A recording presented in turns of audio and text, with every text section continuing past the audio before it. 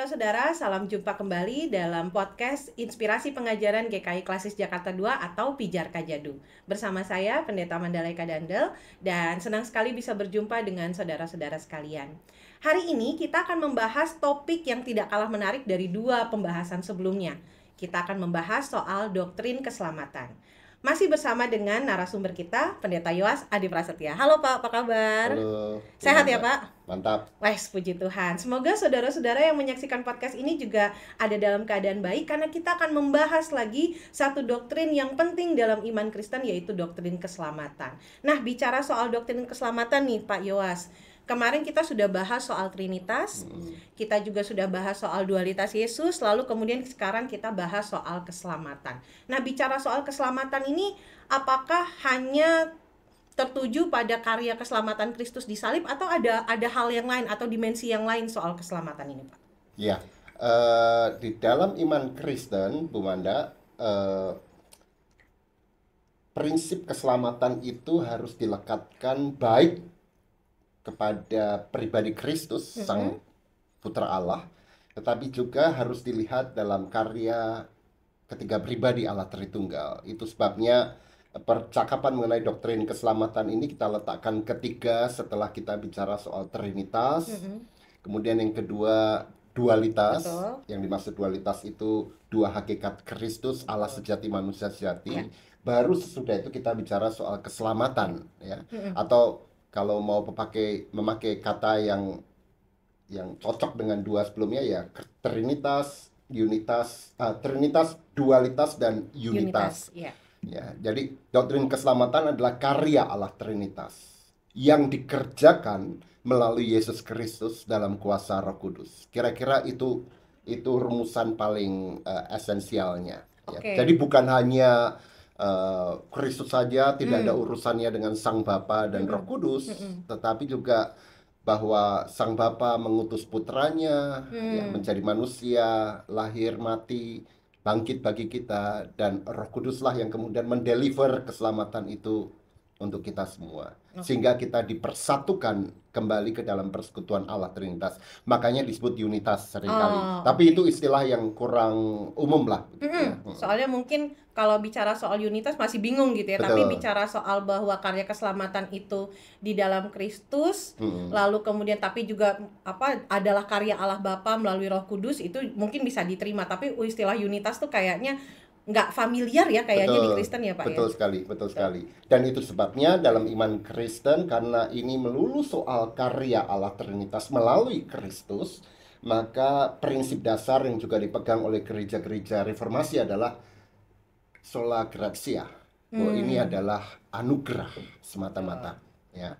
Dan memang ada sola yang lain ya, sola gratia, tetapi juga sola fide, bahwa anugerah ini kemudian ditangkap, direspons oleh manusia, oleh iman, karena itu keselamatan juga hanya karena iman. Hanya kalau kita melihat dalam Efesus pasal 2 ayat 8, kalau saya tidak salah, dikatakan bahwa kita diselamatkan oleh iman, tapi kenyataan bahwa kita bisa beriman itu bukan hasil usahamu, bukan kita yang memutuskan untuk beriman, tapi itu adalah pemberian Allah. Jadi ya sebenarnya sola fide atau hanya iman itu sebenarnya nempel atau melekat pada sola gratia itu gitu. Iya. Nah, bicara soal doktrin keselamatan ini memang kesannya gitu ya Pak, entah mungkin di benak saudara-saudara juga, atau mungkin ada banyak perbincangan di gereja gitu, seakan-akan ini hanya karya Kristus sendiri. Nah, seakan-akan jadi ya hanya Kristus lah yang kemudian mengorbankan diri, lalu lepas dari peran Bapa dan bahkan peran Roh Kudus di dalamnya. Itu menjelaskannya gimana ya Pak, supaya maksudnya tidak lepas dari nuansa trinitarisnya itu gitu, bahwa keselamatan itu juga adalah karya bersama Allah gitu ya, melalui Kristus dan juga Roh Kudus gitu. Itu cara menjelaskannya gimana tuh Pak ya? Ya, di satu pihak memang harus kita sadari dengan jelas bahwa dalam berita Alkitab, khususnya dalam Injil, keselamatan itu menubuh konkret di dalam pribadi Yesus Kristus, melalui inkarnasi Yesus Kristus itu. Tapi kisah Yesus itu nggak terlepas dari sebuah rencana keselamatan ya, yang melibatkan ketiga pribadi Allah Trinitas itu. Itu sebabnya kisah-kisah Injil itu harus dilihat dalam keseluruhan berita Alkitab yang dengan jelas memperlihatkan, oh ini tiga pribadi ini berkarya bersama dalam kesatuan, keharmonisan untuk memberikan keselamatan. Nah, dalam tradisi gereja kuno itu digambarkan dengan sebuah model. Ya, modelnya itu begini. Segala sesuatu berasal dari Bapa bagi kita Oke. dan dipersembahkan kembali kepada Bapa. Ya, dalam bahasa Latinnya apatre ad patrem, dari Bapa kembali pada Bapa, pro nobis bagi kita.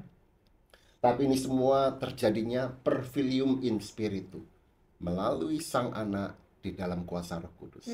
Jadi ada setiap orang Kristen diundang untuk punya sebuah imajinasi iman bahwa ada sebuah gerak keselamatan dari Allah kembali kepada Allah, tapi selalu terjadi melalui Kristus dalam kuasa Roh Kudus. Dan itu banyak sekali teksnya. Saya coba baca satu bagian ya. Nah, dalam 2 Korintus misalnya pasal yang pertama.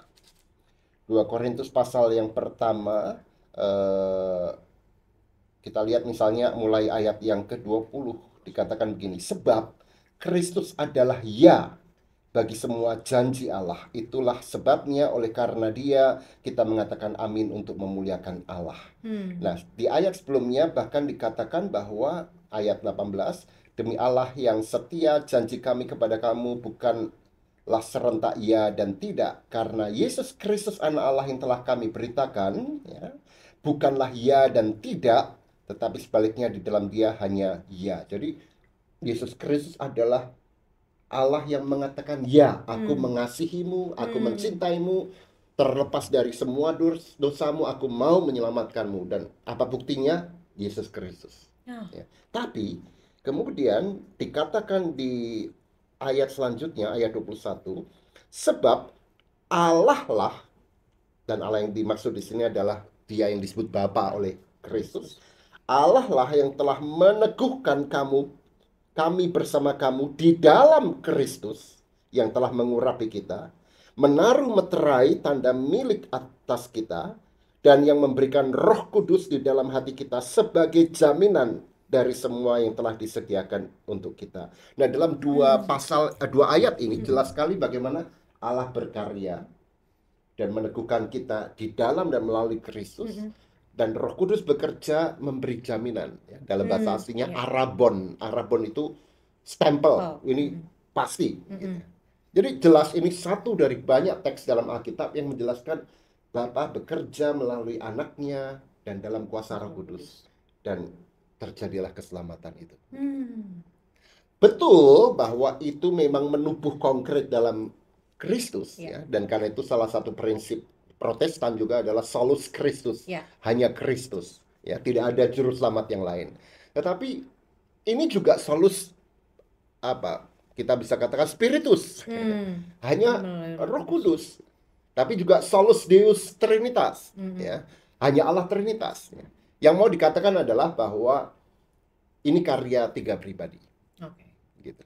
Nah, menarik tadi Pak Yowas mengutip dari 2 Korintus pasal yang pertama. Ya. Nah, seringkali memang teks-teks Alkitab itu bagian pengantarnya kayak lupa gitu loh Pak. Betul. Jadi langsung intinya ngomongin apa sih Paulus. Jadi lupa bahwa dasarnya pengantarnya itu adalah sebuah doktrin yang menyatakan kita tuh selamat gara-gara apa sih. Saya menyampaikan ini karena Kristus melakukan apa sih. Jadi kayaknya pengantar-pengantar seperti itu di skip tuh. Apalagi ayat berapa tadi, 2 Korintus pasal 1 ayat 20 tadi ya. 21. 20-21 itu. Jadi kayaknya mungkin jarang gitu ya kita mengulik bagian-bagian awal, mungkin surat-surat Paulus atau juga surat-surat yang lain yang sebenarnya dasar teologisnya ada di situ. Sehingga kita seringkali lupa bahwa ternyata keselamatan itu adalah karya Trinitas, karya Allah Trinitas, dan itu ada di teks Alkitab kita.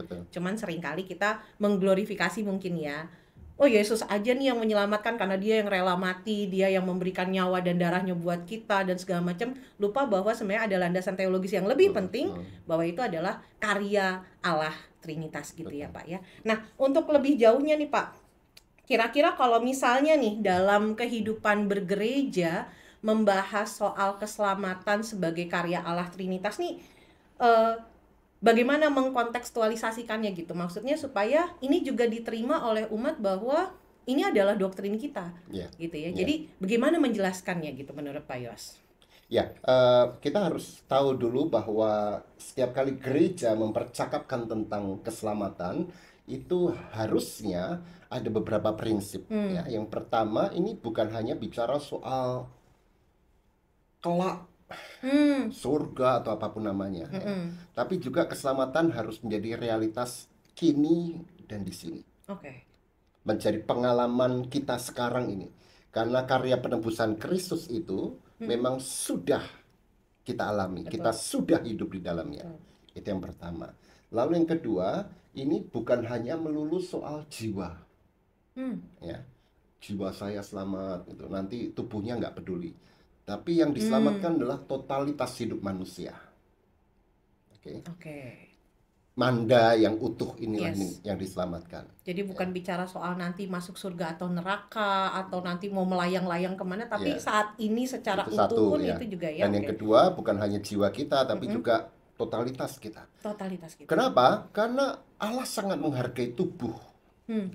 Dan karena itulah dia mengutus anaknya untuk menubuh, inkarnasi, menjadi daging. Ya, Oke. Yohanes 1 ayat 14. Itu yang kedua. Prinsip yang ketiga adalah bahwa ini bukan hanya bicara soal, bahkan bukan hanya soal manusia, tapi seluruh ciptaan. Wow. Ya, jadi keselamatan yang kita imani itu bukan hanya bayangkan kelak besok kita hanya ada manusia-manusia dalam ruang kosong yang disebut surga, itu kan sangat kering, tandus gitu ya. Tapi seluruh ciptaan ya, dalam kitab Roma, Paulus menggambarkan bagaimana seluruh makhluk ini mengerang dalam kesakitan, menantikan pembebasan yang dilakukan oleh Yesus Kristus. Jadi bukan hanya manusia, tetapi juga segenap makhluk gitu katakanlah. Itu yang prinsip yang ketiga. Oke. Nah, prinsip yang keempat, kita harus sadar bahwa tidak ada doktrin tunggal mengenai keselamatan dalam sejarah kekristenan yang panjang 21 abad ini. Kenapa? Karena konsili-konsili ekumenis itu hanya menegaskan apa yang harus dipahami oleh orang Kristen terkait dua, Trinitas dan Yesus Kristus. Ya, dengan kata lain, Trinitas dan dualitas. Nah, itu tidak boleh diotak-atik. Nggak boleh ada variasi-variasi. Ya. Itu tegas. Gitu. Ya. Tetapi terkait keselamatan, konsili-konsili tidak memberikan semacam standar atau pemahaman yang tunggal. Dan itu sebabnya dalam tradisi Kristen ini muncul banyak cara membahasakan, menteorikan, memahami apa itu keselamatan. Dan kita nggak usah gusar atau gelisah, kok banyak mana yang benar, ini sesat, ini enggak.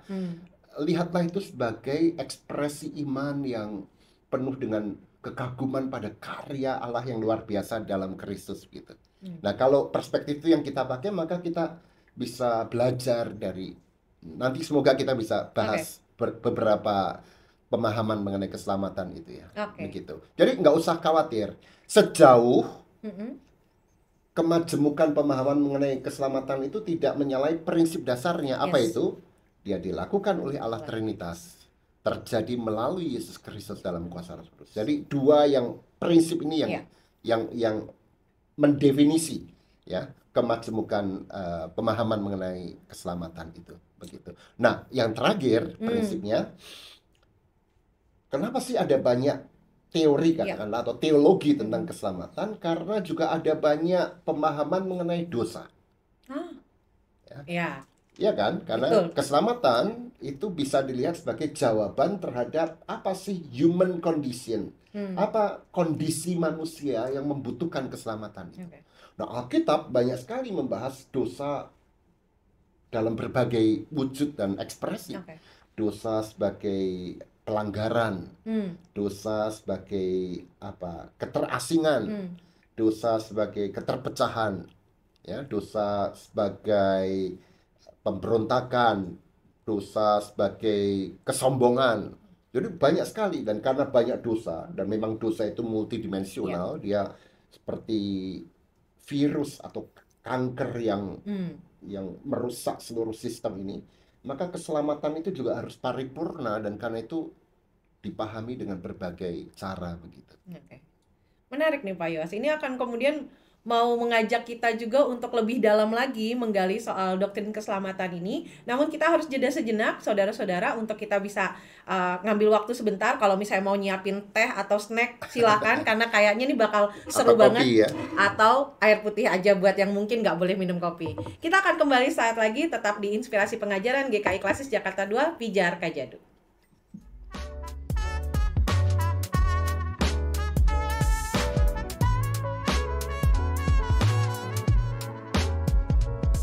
Ya, kembali lagi dalam Inspirasi Pengajaran GKI Klasis Jakarta 2 atau Pijar Kajadu. Kembali bersama saya Pendeta Manda, dan kita akan melanjutkan pembicaraan kita tentang doktrin Trinitas.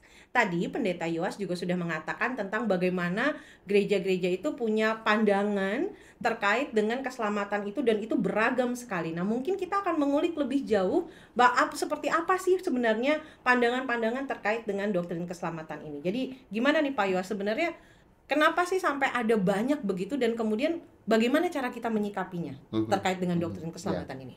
Ya, seperti yang saya katakan tadi, kenapa banyak sekali pemahaman mengenai keselamatan, dan kita tidak perlu gusar, Iya betul. karena memang kompleksitas dosa dan kompleksitas persoalan manusia. Oke. Ya. Saya kasih contoh, saya pernah oleh dosen saya ketika saya studi dulu diminta untuk mendaftarkan dalam tradisi Kristen yang panjang itu, dan kami menemukan ada 9 konsep keselamatan 9 ya, konsep dalam keselamatan. tradisi Kristen ya. Wow. Yang pertama itu yang diimani oleh teman-teman ortodoks, itu disebut sebagai theosis atau pengilahian, Pengilahian. bahwa kita menjadi satu dengan Allah. Oke.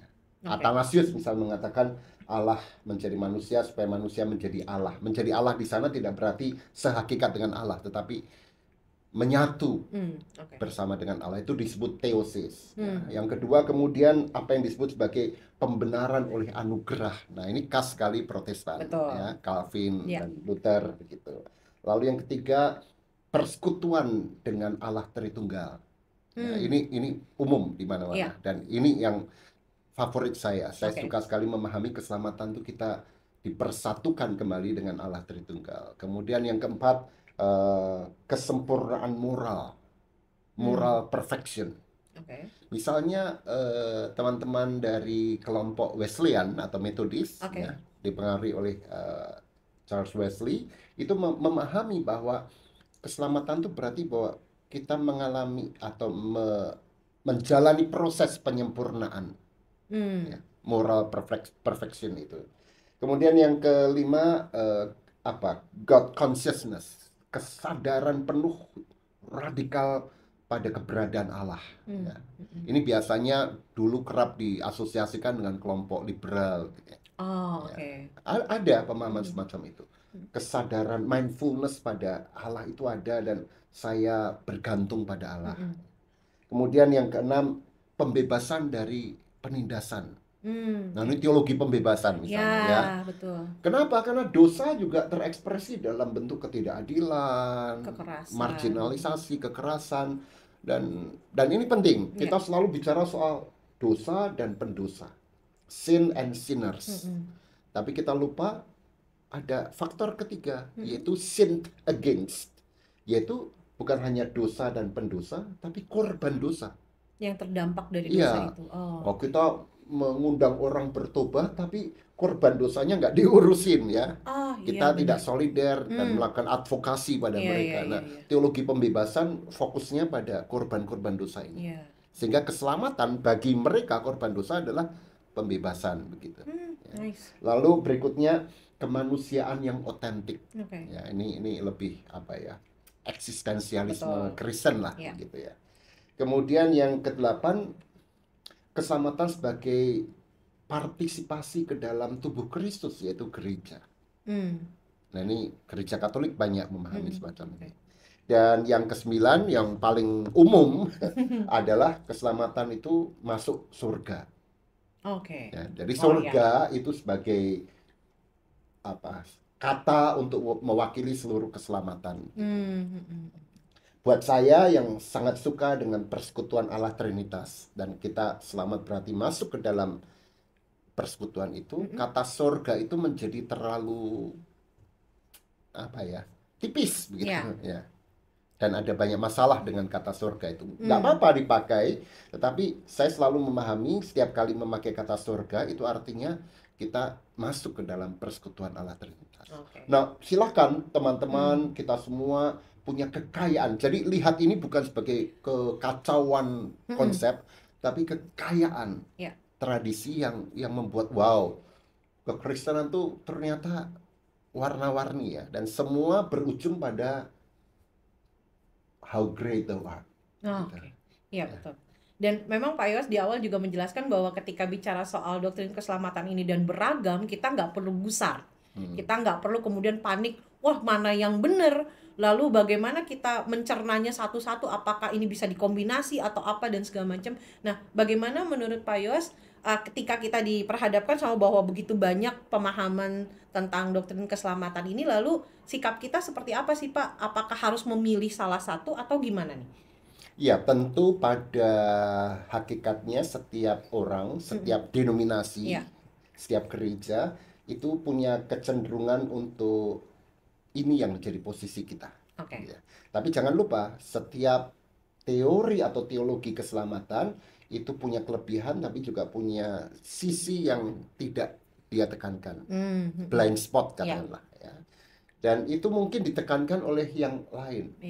Maka ini membuat kita harus sadar bahwa kita harus menghargai kemajemukan pemahaman mengenai keselamatan. Sejauh tetap dalam bingkai yang tadi itu, Trinitas dan Kristus. Dalam kuasa Roh Kudus itu, begitu ya. Dan biarlah percakapan, diskusi, kalau perlu debat itu terjadi, tapi dengan kesadaran bahwa ini semua adalah kekayaan iman Kristen kita. Iya, dan menarik sekali sebenarnya kalau misalnya dilihat gitu ya, kalau dalam denominasi itu kan banyak juga denominasi, bahkan di Indonesia aja udah banyak begitu ya cara pandang terkait dengan keselamatan. Nah, lalu kalau GKI sendiri gimana tuh Pak? Melihat doktrin keselamatan ini kalau di GKI? Ya, kalau kita memahami dalam konfesi GKI 2014 ya, itu di bagian pendahuluan bahkan sudah ditandaskan di sana bahwa tema dasar dari konfesi ini, dengan kata lain teologi dasar GKI adalah berperan serta ke dalam persekutuan kasih dan karya keselamatan Allah Bapa, Anak, dan Roh Kudus. Saya ulangi ya, bahwa GKI adalah gereja yang memahami bahwa kita diundang untuk berperan serta ke dalam persekutuan kasih dan karya keselamatan Allah Bapa, Anak, dan Roh Kudus. Jadi kita memahami bahwa Allah Trinitas itu Allah yang sudah, sedang, dan akan terus berkarya memberikan keselamatan. Gereja ikut di dalam persekutuan dan karya keselamatan itu. Nah, dengan kata lain, kira-kira dari 9 itu GKI sangat menekankan ini, persekutuan dengan Allah Tritunggal itu sebagai fokus keselamatan, tanpa menolak yang lain ya. Nah berarti itu harusnya sebenarnya bisa diterjemahkan dalam program-program gereja dong. Tentu. Ya, jadi dalam khotbah, dalam PA, betul. Dan itu kemudian juga membantu kita untuk memahami ulang beberapa hal yang selama ini mungkin terlalu sempit. Saya kasih contoh ya. Surga misalnya. Nah, banyak orang Kristen memahami surga itu lawannya apa? Neraka ya. Jadi seolah tujuan akhir kita ini entah ke surga, entah ke neraka. Percaya atau tidak, kalau Anda punya Alkitab online atau apps gitu ya, lalu dimasukkan surga dan neraka, tidak ada satu ayat pun yang menunjukkan surga dan neraka itu pasangan. Seolah-olah tujuan akhir kita entah ke sini entah ke sana. Tapi coba masukkan surga dan bumi. Banyak sekali. Betul. Ya. Contohnya apa? Doa Bapa kami, ya. Jadilah kehendakmu di bumi seperti di surga. Jadi desain Allah itu sebenarnya adalah bagaimana surga dan bumi ini menyatu di bawah kedaulatan Allah, dan itulah keselamatan. Itu sebabnya imajinasi dan harapan kita kelak adalah Allah menggenapi janjinya dengan membarui Ya, langit baru, dan bumi yang bumi baru baru. itu. Sekali lagi, langit dan bumi atau surga dan bumi ini Ya. menjadi satu dan dibarui seutuhnya. Dan itu dikatakan misalnya dalam apa? Wahyu Wahyu, 21 betul. ya. Lihatlah kota yang baru, Iya. Yerusalem baru turun. Ini prinsip. Keselamatan itu selalu adalah anugerah dari atas ke bawah. Dan di ayat 5 Wahyu 21 mengatakan, lihatlah, aku menjadikan segala sesuatu baru. Segala sesuatu itu apa? Yang dulu Allah jadikan di Kejadian 1.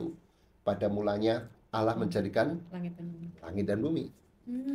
Nah, dalam konsep persekutuan Allah Trinitas ini, Allah bekerja selalu menyelamatkan langit dan bumi ini. Oke.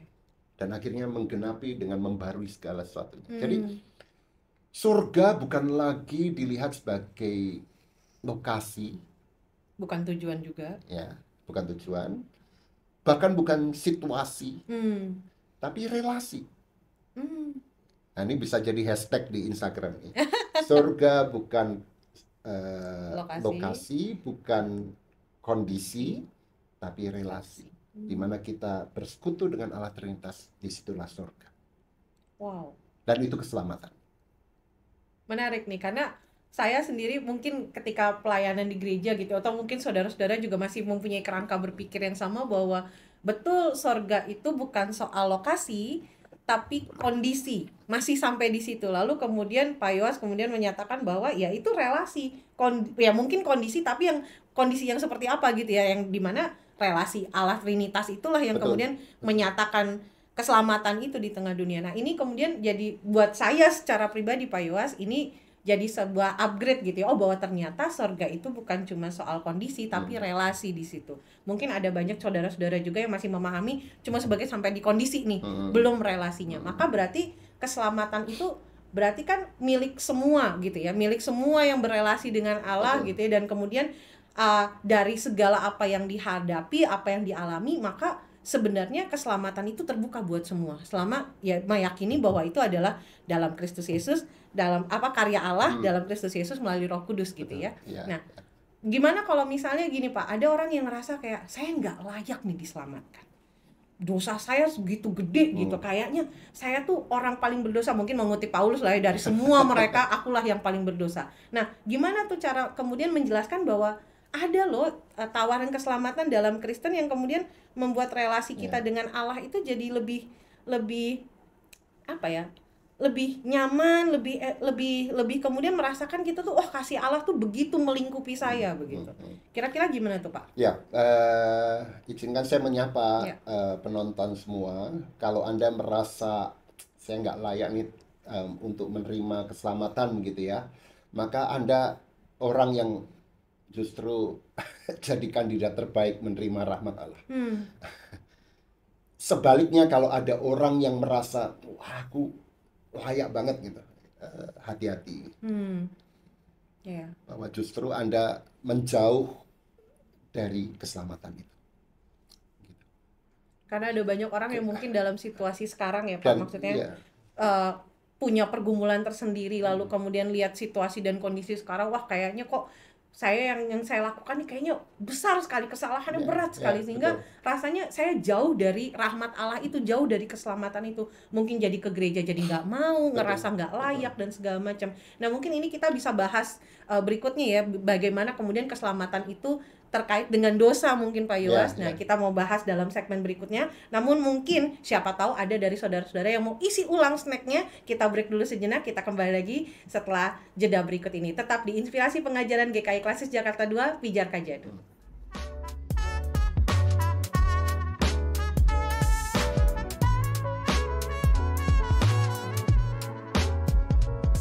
Kembali lagi dalam Inspirasi Pengajaran GKI Klasis Jakarta 2, Pijar Kajadu. Bersama saya Pendeta Manda dan kita masih membahas tentang doktrin keselamatan. Tadi kita bicara soal bagaimana kemudian menyapa saudara-saudara yang mungkin merasa bahwa saya terlalu berdosa, saya sudah melakukan kesalahan besar. Nah, mungkin ini harus dijawab dengan doktrin keselamatan yang dari tadi kita sudah bahas. Menurut Pendeta Yowas sendiri, kira-kira bagaimana kemudian gereja perlu kemudian mendaratkan doktrin keselamatan ini kepada mereka yang mungkin merasa bahwa saya selama ini sudah terlalu jauh, sudah kemudian melakukan kesalahan besar yang kayaknya nggak bisa diampuni begitu. Lalu bagaimana gereja menyikapi hal ini menurut Pendeta Yowas seperti apa? Pertama saya harus katakan begini, tidak ada dosa yang terlalu kecil yang tidak dibenci Allah. Tapi juga tidak ada dosa yang terlalu besar yang Allah tidak mampu untuk mengampuni. Ya, itu prinsip pertama. Prinsip yang kedua adalah semua orang berdosa. Ini prinsip universalitas dosa. Ya, cuman beda dosa aja kita. Dan bukan hanya beda dosa, tapi juga yang satu ketahuan, yang lain enggak. Iya lagi bener. Semua orang berdosa dalam berbagai manifestasi. Dan yang ketiga adalah bahwa tidak pernah disyaratkan bahwa kita ini harus keluar dari dosa dulu, baru layak menerima keselamatan. Ini penting. Saya mau bacakan satu bagian Alkitab dari Roma pasal yang ke-5, ayatnya yang ke-8. Ini ayat yang super indah, ya, Bu Manda. Roma pasal yang ke-5 ayat yang ke-8 dikatakan begini. Namun Allah menunjukkan kasih-Nya kepada kita dalam hal ini. Ketika kita masih berdosa, Kristus telah mati untuk kita. Ayat berikutnya, terlebih lagi karena kita sekarang telah dibenarkan oleh darah-Nya, kita pasti akan diselamatkan melalui Dia dari murka Allah. Jadi bahkan Kristus telah mati untuk kita ketika kita masih berdosa. Ya. Jadi nggak ada dosa yang terlalu besar yang tidak dapat diampuni oleh Allah, begitu. Ya. Sehingga kenyataan bahwa kita ini bisa keluar dari dosa itu sendiri adalah anugerah Allah. Jadi jangan pernah memahami bahwa kalau gitu saya mau nggak berdosa lagi supaya saya mendapatkan keselamatan. Kan itu berarti usaha kita sendirilah yang membuat kita keluar dari dosa. Itu pemahaman yang keliru. Ya. Tapi justru Allah melalui korban Kristus itu yang adalah anugerah sepenuh-penuhnya itulah yang kemudian membuat kita tersadar, oh saya sudah berdosa nih. Ya, dan karena kesadaran itu kemudian Allah menyelamatkan kita dalam Kristus. Jadi itu sebabnya tadi saya mengatakan, kalau Anda masih merasa Anda layak, Anda merasa bahwa Anda nggak layak karena dosa, itu karya Roh Kudus untuk membuat Anda merasa berdosa. Itu menjadi bagian dari karya penyelamatan Allah, dan karena itu undangan saya ya terimalah keselamatan itu. Sebaliknya kalau ada orang yang menganggap diri saya baik, saya suci, ya, itu dosa terbesar justru. Ya, yang dalam tradisi Kristen disebut sebagai hubris atau pride, kesombongan. Dan itu menjengkelkan Allah. Gitu ya. Dan karena itulah maka ini harus mendefinisi juga gereja betul sebagai persekutuan orang-orang yang diselamatkan, tapi pertama-tama ini persekutuan dari orang-orang yang berdosa yang diselamatkan. Maka saya selalu mengatakan GKI ini mestinya dipalang, ya, GKI Cinere, GKI apa begitu ya. Di bawahnya ditulis dong, selain orang berdosa dilarang masuk. Aduh.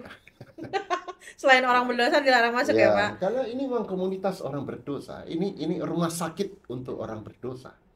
Bukan museum orang suci gitu. Dan di dalam gereja itulah makanya setiap minggu kita mengaku dosa. Betul. Ya. Kita berproses. Ya, dalam teologi Protestan itu digambarkan dalam 3 tahap. Ya. Tahap pertama adalah justificatio, kita dibenarkan. Ini sebuah proses turning around, turning over, ya. Dari hidup untuk dosa sekarang hidup untuk Allah. Kemudian yang kedua, dan ini berlangsung sepanjang hidup kita, disebut sanctificatio, pengudusan. Kita pelan-pelan bertumbuh menjadi makin serupa dengan gambaran Kristus. Ya. Dan itu jatuh bangun, tapi arahnya jelas. Dan yang ketiga nanti Setelah kita usai hidup kita, itu glorifikasio, Mm-mm. kita Iya dipermuliakan. kan. Dengan kata lain, dipersekutukan kembali bersama dengan Allah melalui Kristus. Nah, 3 tahap katakanlah Mm-mm. ini rahmat ganda sebenarnya dalam bahasa Calvin, atau rahmat lapis 3. Iya. Justifikasio, sanctificatio, dan glorifikasio ini semua adalah karya Allah melalui Kristus dalam kuasa Roh Kudus. Mm. Begitu. Oke. Memang dalam proses sanctifikasio kita masih terus melakukan dosa, Iya. tapi berubah, menyesalnya. Mm-mm. Tapi ini tidak membuat kita hidup dalam dosa, Oh, oke. tapi kita hidup dalam Kristus, Mm-mm. dan kita berproses terus-menerus. Oke. Dan ini kabar baik menurut saya buat Iya. kita. Semoga saudara-saudara yang mendengar ini juga boleh tercerahkan ya, karena memang inspirasi pengajaran GKI Klasis Jakarta 2 ini mencoba untuk menyuguhkan sesuatu yang bisa menguatkan banyak orang, termasuk hari ini kita mau bahas soal doktrin keselamatan itu, untuk menyatakan bahwa ya Allah itu begitu mengasihi kita dan rahmatnya itu begitu luar biasa, sehingga tadi seperti kata Pendeta Yoas, tidak ada dosa yang terlalu besar yang tidak bisa Allah ampuni, dan juga tidak ada dosa yang terlalu sepele untuk Allah kemudian tidak memberikan perhatian begitu ya. Betul. Jadi kita semua adalah orang-orang berdosa, dan justru dalam rahmat Allah itu kita semua diundang untuk terhisap dalam karya keselamatan itu. Karena memang begini Pak Yoas, ada banyak orang di masa sekarang gitu ya, bergumul dengan segala dinamika kehidupannya, dengan segala apa yang harus dihadapi di tengah dunia ini, sehingga ngerasa kayak saya nggak layak, bahkan mau masuk gereja aja kok kayaknya saya sungkan, saya nggak berani untuk lihat orang-orang di gereja, kayaknya orang di gereja tuh suci semua, padahal tadi Pak Yoas juga bilang bahwa harusnya di gereja, terutama GKI gitu ya, selain orang berdosa dilarang masuk gitu ya Pak ya, karena memang kita semua orang berdosa gitu ya Iya. Pak ya. Jadi memang undangan ini adalah untuk menyadarkan kita bahwa kasih Allah itu tersedia buat kita gitu ya, bahwa Allah itu begitu mengasihi kita, dan setiap kita perlu kemudian untuk menyadari, dan itu pun adalah anugerah Allah gitu ya, ketika kita menyadari bahwa kita berdosa dan kemudian mau beranjak dari keberdosaan itu untuk kembali kepada Kristus. Nah, mungkin di dalam kehidupan bergereja mungkin ya masih ada orang-orang yang sinis gitu Pak, ketika tahu latar belakang seseorang, misalnya mantan narapidana, mantan pecandu narkoba, atau ya orang yang pernah melakukan kesalahan gitu ya, mungkin tidak dihukum secara pidana, tapi ada hal-hal yang kayaknya dihukum secara sosial oleh masyarakat, lalu kemudian dia duduk di gereja, dan kemudian orang merasa, nggak mau, saya nggak sudi, dan segala macam. Kira-kira bagaimana ya Pak untuk kita bisa memperbaiki gitu cara berpikir seperti itu dengan doktrin keselamatan yang kita sudah bahas sampai sejauh ini? Ya, menurut saya ini kemudian masuk pada pemahaman apa yang disebut eklesiologi, Ya. yaitu bagaimana sebenarnya bayangan atau gagasan pemahaman kita tentang gereja itu apa. Ya, dalam bahasa Martin Luther dikatakan bahwa orang Kristen itu simul peccator et justus, artinya kita ini sekaligus berdosa sekaligus dibenarkan. Ya. Jadi jangan hanya mengatakan bahwa kita dibenarkan lalu berkumpul, wah ini orang-orang benar, ya. Tapi sekaligus kita ini berdosa, ya. Kesadaran akan keberdosaan ini harus terus kita jaga, karena hanya dengan itu kita menjaga juga kesadaran bahwa kita sudah dibenarkan. Sehingga kalau kita melihat orang narapidana, bekas narapidana, atau apapun lah dosanya, jangan menganggap dia lebih berdosa dari aku. Ya. Enggak, kita sama-sama berada dalam kubangan dosa ini, tetapi kita mendapat anugerah dikeluarkan dari kubangan dosa itu. Ya. Cuman ekspresi dosanya saja yang berbeda-beda. Ya. Misalnya membunuh dengan membenci, mana yang lebih hebat? Secara apa dulu nih? Karena kalau membunuh kan ada ada hukuman pidana ya Pak. Secara pidana ya. Betul. Tapi Yesus berkata apa? Jangan membenci saudaramu. Bukan hanya jangan membenci, marah pun. Ya. Itu ya. Aku berkata padamu, engkau mendengar jangan membunuh, tapi aku berkata marah. Itu sebabnya dalam tradisi Kristen dikenal apa yang disebut sebagai 7 dosa pokok. Ya. 7 dosa pokok. Dan dari 7 dosa pokok ini nggak ada korupsi, membunuh, berzina, nggak ada. Nggak. Tapi 7 ini apa? Kemarahan, Ya, kesombongan, betul. ya, iri hati, ya, keserakahan, kerakusan, kemalasan spiritual, dan apa namanya, ya 7. Jadi Ya, hal-hal yang tampak ini kan sepele, enggak. enggak. Ini pokok. Betul. Kenapa? Karena dari 7 pokok dosa ini Muncul. muncullah pembunuh yang kita anggap, yang membuat kita merasa saya terlalu berdosa. 7 ini, dan 7 ini pergumulan semua orang. Ya, Dan Kristus di kayu salib mengalahkan semua itu. Dan melalui kebangkitannya, Kristus kemudian memberikan kepastian bahwa salib bukanlah kata akhir.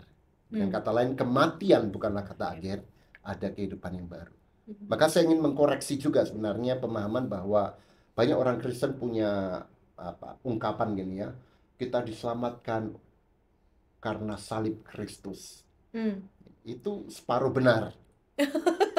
karena nggak berhenti di salib ya Pak ya. Betul, ya. Salib nggak cukup. Iya. Ya. Kita nggak akan diselamatkan oleh Kristus yang tersalib, titik. Ya, justru Jika Kristus tidak bangkit, ya, betul. sia-sia. Iya. Ya. Apa yang membuat saya terpesona dan makin terpesona dengan iman Kristen adalah berita dan fakta kebangkitan itu. Ya. Ya. Yang di dalamnya tentu ada rentetan penyalibannya. Ya. Tapi salib sendiri tidak memadai untuk menyelamatkan. Betul. Jika Kristus yang tersalib dan mati itu tidak bangkit dari kematian. Di situ tiba-tiba ada ruang pengharapan yang besar. Wow, ternyata semua dosa yang membawa kita berujung pada kematian bukan titik akhir, tapi ada pengharapan kita.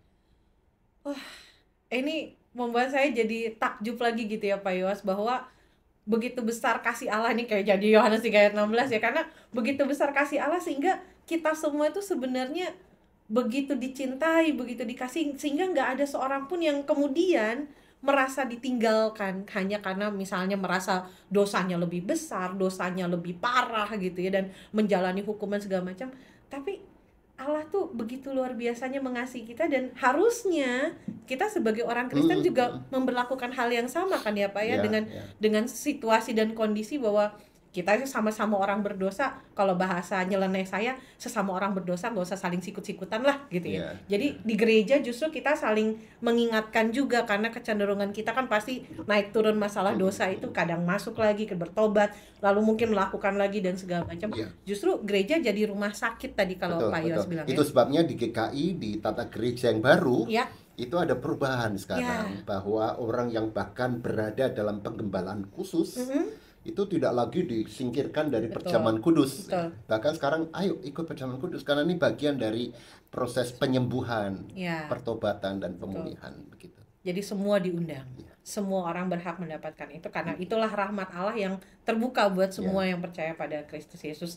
Karya-karya keselamatan melalui Kristus Yesus yang adalah karya Allah dalam Roh Kudus gitu ya. Nah, kalau misalnya di dalam gereja itu semua sudah melakukan itu, menyadari itu, kayaknya persekutuan kita tuh jadi indah banget gitu ya Pak ya. Semua orang diterima. Cuma ya memang ini mungkin jadi PR kita semua, PR saudara-saudara juga, PR saya juga sebagai pendeta mungkin, untuk bisa mengartikulasikan doktrin keselamatan ini supaya kita semua bisa sama-sama menyadari bahwa kasih Allah itu tersedia buat kita, dan kita mau bangun bersama-sama, belajar sama-sama. Kalau tadi dalam 3 tahapan itu justifikasio kita sudah dibenarkan, lalu di apa tadi sanctificatio itu yang kemudian kita berproses sampai sekarang, sampai nanti dipermuliakan itu ketika kita sudah selesai di sini. Nah, proses sanctificationnya itu yang kita masih gumuli sekarang gitu ya, dan ini yang kemudian harusnya disuarakan juga lewat program-program gereja, lewat kegiatan-kegiatan khotbah mungkin ya Pak ya, dan juga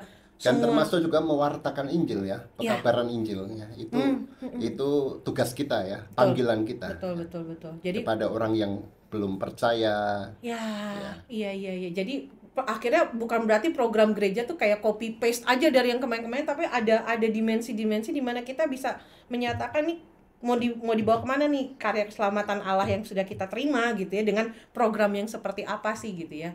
Nah, saya jadi terpikir bisa saja gitu ya kita punya program yang kemudian menyapa saudara-saudara kita yang agama Tidak seiman, lain, ya. ya, lalu kemudian bicara soal keselamatan kita. Teman, mungkin ini perlu diskusi lebih lanjut nih Pak Yowas. Kita jeda sebentar ya, untuk kita bisa kasih waktu juga untuk membahas hal ini. Kita jumpa lagi setelah jeda berikut ini, tetap di Inspirasi Pengajaran GKI Klasis Jakarta 2, Pijar Kajadu.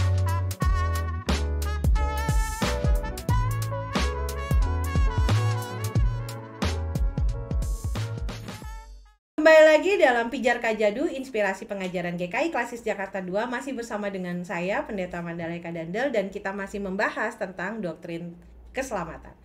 Kali ini kita mau membahas bagaimana kemudian keselamatan itu juga kita mau bawa bukan hanya di tengah gereja, tapi juga dalam kehidupan kita bersosial masyarakat. Bahwa tadi kita sudah bicara soal dosa, bagaimana kemudian rahmat Allah itu begitu besar sehingga tidak ada hal kecil pun yang kemudian luput dari rahmat Allah itu dalam keberdosaan kita. Nah, sekarang kita mau bahas bagaimana kemudian kita membawa doktrin keselamatan itu dalam relasi kita sehari-hari sebagai manusia di tengah muka bumi ini. Nah, Pak Yowas, kita kan kalau misalnya melihat sekarang ini gitu ya, apalagi tempat tinggal saya di daerah Tangerang Selatan itu, Pak, aduh, akhir-akhir ini tuh banyak banjir, angin kencang, lalu kemudian kayaknya kok situasinya nggak kondusif gitu ya untuk jadi tempat tinggal, tapi kayaknya gereja belum bergerak sampai ke bagaimana melakukan hal ini bersama-sama dengan umat-umat yang lain gitu. Jadi hanya gereja saja memberikan bantuan, menyelamatkan, korban banjir ditolong, korban longsor ditolong, tapi abis itu selesai gitu, nggak menjawab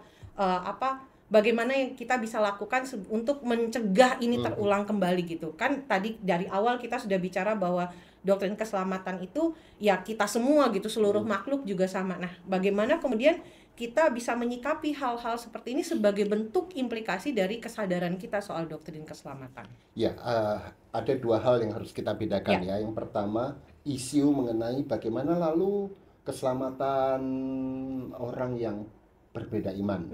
Itu tema satu. Yang tema kedua adalah lalu bagaimana nih keselamatan kita di dalam Kristus itu mendorong kita untuk terlibat dalam kehidupan dunia. Nah, saya mau yang pertama dulu, nanti kita semoga yang kedua juga. Nah, ingat bahwa dosa itu multidimensional, kompleks. Salah satunya misalnya karena keberdosaan manusia, lalu kita terlalu egois, lalu kita mengeruk alam untuk kepentingan kita sendiri ya. Maka keselamatan yang menjadi antidot terhadap dosa ini juga harus dinyatakan di dalam situasi-situasi keberdosaan, termasuk perusakan lingkungan itu. Maka sebagai komunitas yang diselamatkan, kita harus juga terlibat dalam karya-karya keselamatan yang lebih paripurna itu. Jadi saya selalu memahami bahwa usaha perbaikan lingkungan itu adalah wujud dari sebuah pengakuan kita umat yang diselamatkan. Di mana terjadi friksi, isolasi, diskriminasi, itu juga ekspresi dosa. Maka sebagai umat yang sudah diselamatkan, kita mengusahakan perdamaian, rekonsiliasi. Di tengah misalnya kekerasan seksual yang adalah ekspresi dosa, kita harus melawannya juga. Dan seterusnya dan sebagainya. Jadi bahkan kerjasama antar umat beragama itu menjadi ekspresi dari keselamatan kita. Gitu. Betul. Karena Kristus adalah penguasa segala sesuatu, bukan hanya bagi manusia, tapi juga bagi lingkungan hidup, bagi seluruh ciptaan gitu. Betul. Ini menarik sekali Pak Yowas, karena kebanyakan gereja mungkin ya, atau kebanyakan orang-orang di dalam gereja ketika membuat program dan kemudian menawarkan bantuan terkait dengan bencana alam, itu hanya berpikir pada ya gereja bantu gitu, tapi mungkin belum kemudian ke untuk penanggulangan bencananya gitu ya, untuk pasca bencananya seperti apa, dan padahal itu juga menjadi hal yang penting untuk menunjukkan bahwa keselamatan itu bukan cuma pada saat kejadian, tapi juga kita mencoba untuk memperbaiki situasi dan kondisi yang supaya ini nggak terulang lagi gitu. Nah, ini mungkin ya untuk para pengerja gitu, atau para pengurus badan pelayanan, atau yang punya program-program gereja gitu, ini juga jadi hal yang penting sebagai bentuk nyata bahwa kita adalah umat yang diselamatkan gitu ya, dengan melakukan sesuatu terutama juga sama lingkungan. Jadi bukan cuma urusan manusia doang ya, Pak ya, untuk keselamatan itu, tapi juga lingkungan. Nah, menarik tadi soal bersama-sama dengan agama lain gitu ya. Karena sadar atau enggak, kita juga kan gereja nggak berdiri sendiri, kita juga punya seorang orang lain dengan agama sendiri gitu ya, yang berbeda tapi hidup di lingkungan yang sama. Jadi boleh juga dong ya, maksudnya kita ngajak uh, orang-orang dengan agama lain untuk bekerja sama di sini, karena kayaknya kalau misalnya acara-acara lintas agama tuh Pak Yoas biasanya wah debat, wah ini, tapi Ya, belum belum apa ya, melakukan aksi bersama untuk bagaimana nih dengan lingkungan kita gitu ya. Nah, kalau menurut Pak Yo sendiri, apakah ini juga oke untuk dilakukan sebagai sebuah bentuk respons atas keselamatan yang sudah kita terima, atau mungkin karena melibatkan saudara-saudara dengan agama lain, kita harus ada batasan-batasan, wah jangan sampai ke sana atau gimana menurut Pak ya, Yos? ya. Saya melihat sekarang ada salah kaprah. Alkitab mengatakan bahwa kita harus memenangkan mereka ya. Ya. Memenangkan itu beda dengan memenangi. Oh, oke. Ya. Memenangi itu kita yang menang. Itu kita lebih unggul, Ya, kita lebih. memenangkan itu membuat yang lain menang. Oh, oke. Ini Karena mereka kalah dalam dosa, memenangkan itu berarti orang yang kalah itu dibuat menang. Ya, jadi kita nggak mencoba mengalahkan. Nah, sekarang ini banyak sekali debat-debat yang berusaha mengalahkan. Betul. Sehingga yang terjadi justru adalah polemik yang dipenuhi dengan kebencian dan lain sebagainya. Nah, ini harus membawa kita masuk ke isu yang sangat sensitif. Saya tidak berpretensi bisa menjawab dalam waktu yang sangat singkat ya. Saya pernah mengajar teologi agama-agama selama 1 semester, ini mau dalam 10 menit gitu. Tapi prinsipnya begini. Satu, kita tidak bisa menegosiasi prinsip keselamatan kita, bahwa keselamatan hanya oleh Allah Trinitas melalui Yesus Kristus. Ya. Tetapi justru karena iman kita pada Kristus penyelamat itulah, maka kita terbuka pada orang yang beriman lain. Jadi keterbukaan kita pada orang yang beriman lain itu bukan gini loh, iman pada Kristusnya kita sembunyiin lalu kita terbuka secara sosial. Enggak. Bukan in spite of, terlepas dari itu. Tapi because of. Justru karena saya percaya pada Kristus, maka saya terbuka. Loh, kenapa? Lihatlah Injil, Kristus yang justru terbuka pada manusia berdosa pada dunia ini. Justru karena saya disahabati oleh Kristus, maka saya menyahabati orang yang beriman lain. Tapi mereka kan nggak selamat. Bukan urusan kita untuk mengatakan. Saya selalu memakai ilustrasi ruang peradilan. Kalau ada penjahat yang mau divonis ya mati atau apa. Tugas kita ini bukan polisi yang nyari-nyari orang salah. Tugas kita ini bukan jaksa penuntut. Tugas kita bahkan bukan hakim yang menghakimi verdict, keputusan kamu salah, kamu berdosa. Ya, tugas kita adalah saksi. Dan yang kita persaksikan adalah Kristus. Ya. Bahkan saya mau melangkah lebih lanjut bahwa kenapa sih kita harus bersaksi? Karena kita yang tadinya di ruang kursi terdakwa itu, kita sudah dibebaskan oleh Kristus. Ada kegembiraan yang meluap-luap yang membuat tidak mungkin saya tidak mempersaksikan Kristus. Gitu ya. Maka bersaksi itu buat saya bukan membawa jiwa-jiwa kepada Kristus, bukan. Tapi membawa Kristus kepada mereka. Jadi jangan bayangkan Kristus duduk lalu, setoranmu berapa? Tapi bersaksi itu kita membawa Kristus pada mereka, menghadirkan Kristus pada mereka. Itu kesaksian. Soal nasib mereka, biarkan itu menjadi kedaulatan Allah sepenuh-penuhnya. GKI menjadi anggota dari Dewan Gereja Dunia, WCC, yang di San Antonio tahun berapa saya lupa, itu merumuskan 3 prinsip. Dan menurut saya ini dipegang juga oleh GKI sampai saat. Yang pertama adalah kita tidak dapat menyebut nama lain selain Yesus Kristus yang melaluinya kita memperoleh keselamatan. Jadi kita nggak bisa berkata, oh ya, agama lain menyelamatkan, itu gitu. Hanya Kristus. Selama 30 tahun saya menjadi pendeta, hanya satu nama ini yang saya selalu sebut dalam khotbah saya. Oke. Yang kedua, tetapi kita tidak dapat membatasi karya keselamatan Allah. Karena Allah yang menyelamatkan, bukan kita penentunya. Ini satu dua ini kan kayaknya berlawanan nih. Maka San Antonio WCC mengatakan yang ketiga, kami menyadari ketegangan antara satu dan dua, dan kami tidak bermaksud untuk menyelesaikan ketegangan ini. Jadi ya sudah. Hidupi saja ketegangan itu. Jadi sebagai seorang Kristen yang meluap dalam sukacita karena keselamatan itu, saya selalu memahami hanya Kristus. Ya.